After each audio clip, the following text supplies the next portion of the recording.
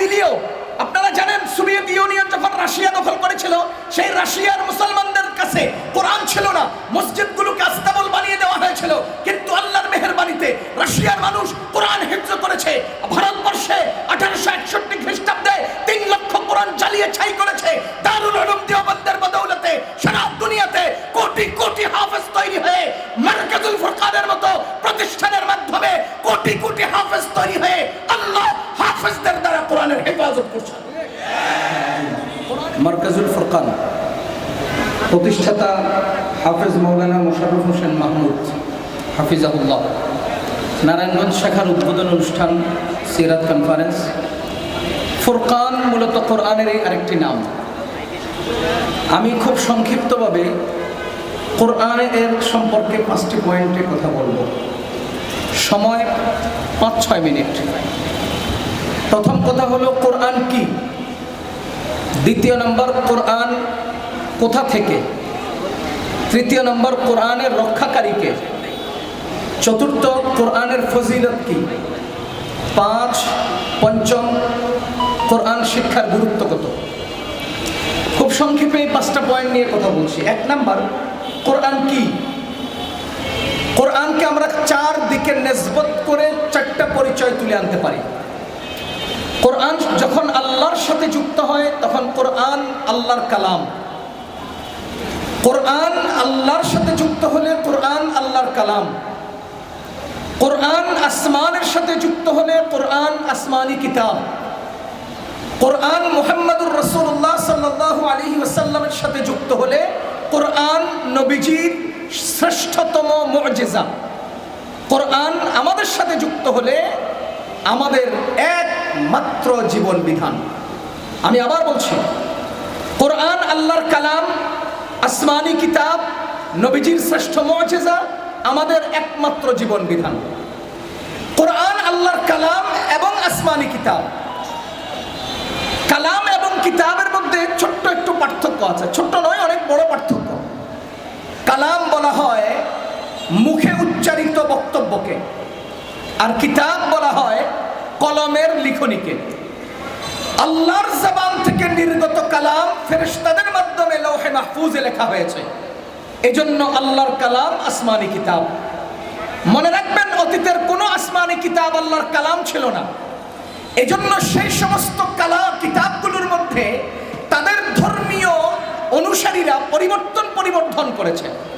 কিন্তু যেহেতু কোরআন আল্লাহর কালাম, নাজিল হওয়ার পর থেকে কিয়ামত পর্যন্ত পৃথিবীর কোনো শক্তি, পরশক্তি, মহাশক্তি, অপশক্তি কোরআনের মধ্যে সামান্যতম পরিবর্তনের ক্ষমতা রাখে না। এই কোরআন আল্লাহর সাথে নিসবত হলে এটার নাম আল্লাহর কালাম, আসমানের সাথে যুক্ত হলে এটা আসমানি কিতাব, আর আমাদের নবীজির সাথে যুক্ত হলে নবীজির শ্রেষ্ঠতম মুজিজা।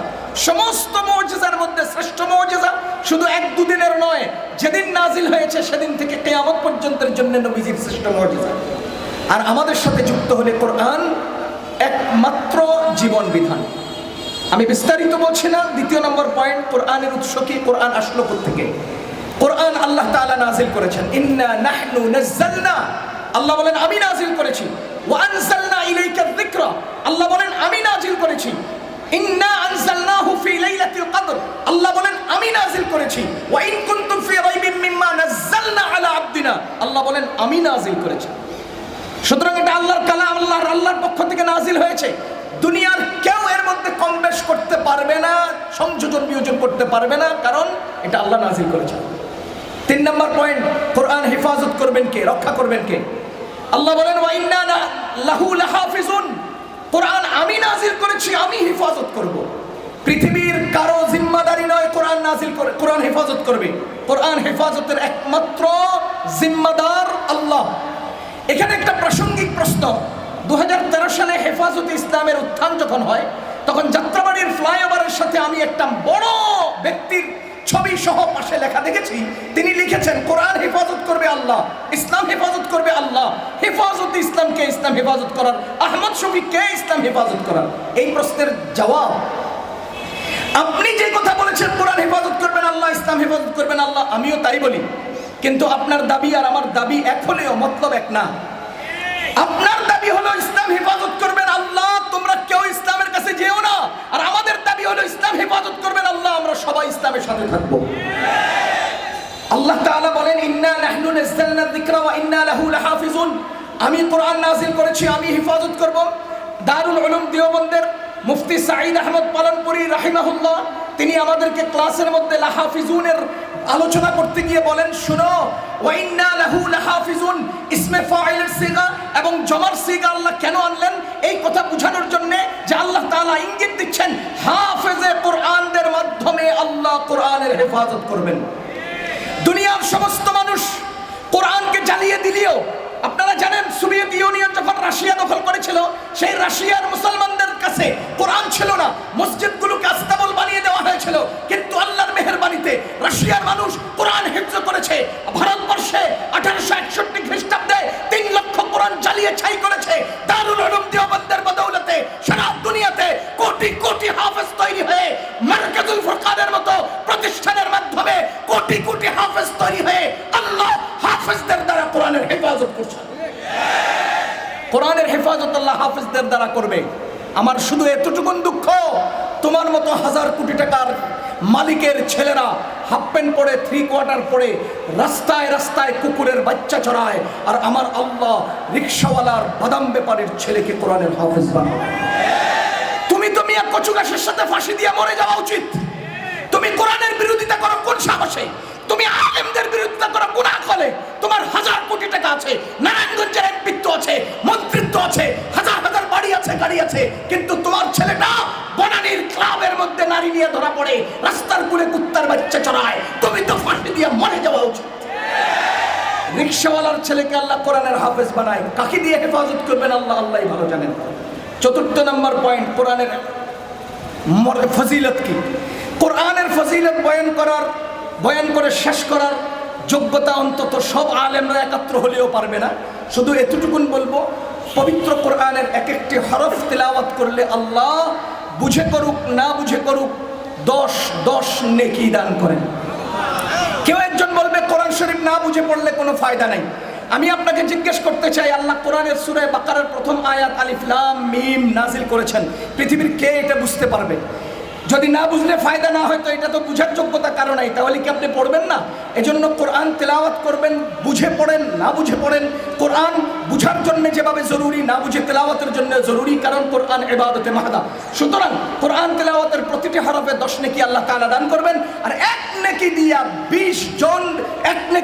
20 জন লোক জান্নাতে যেতে পারবে। 5 নম্বর পয়েন্ট ছিল কোরআন শিক্ষার গুরুত্ব কত। কোরআনের মধ্যে 2টা জিনিস আছে। 1 নম্বর কোরআনের সহি শুদ্ধ তিলাওয়াত, 2 নম্বর কোরআনের বিধিবিধান হুকুম আহকাম। কোরআনের সহি শুদ্ধ তিলাওয়াত এবং কোরআনের বিধিবিধান হুকুম আহকাম, এই 2 জিনিস পৃথিবীর সমস্ত মুসলমান নরনারীর জন্য শিক্ষা করা ফরজে আইন। যদি কেউ কোরআনের সহি শুদ্ধ তিলাওয়াত শিক্ষা না করে, তার জীবনের 1 ওয়াক্ত নামাজও আদায় হবে না, সহি হবে না। কারণ নামাজ ভঙ্গের 19 কারণের প্রথম কারণ কোরআন নামাজে অশুদ্ধ তেলাওয়াত করা। এজন্য কোরআন শিক্ষার গুরুত্ব হলো পৃথিবীর সমস্ত মুসলমান নরনারীর জন্য কোরআনের তেলাওয়াত শুদ্ধ শিক্ষা করা ফরজ, কোরআনের বিধি বিধান হালাল হারাম এগুলো শিক্ষা করা ফরজে আইন। আমি আবার সংক্ষেপে 5টা পয়েন্ট বলে শেষ করছি। 1 নম্বর, কোরআন কি? কোরআন আল্লাহর কালাম, নবীজির কোরআন আল্লাহর কালাম, কোরআন আসমানি কিতাব, কোরআন নবীজির মুজিজা, কোরআন আমাদের একমাত্র জীবন বিধান। 2 নম্বর, কোরআন কে নাজিল করেছেন? আল্লাহ নাজিল করেছেন। 3 নম্বর, কোরআন হেফাজত করবেন কে? আল্লাহই হেফাজত করবেন। কাকে দিয়ে করবেন?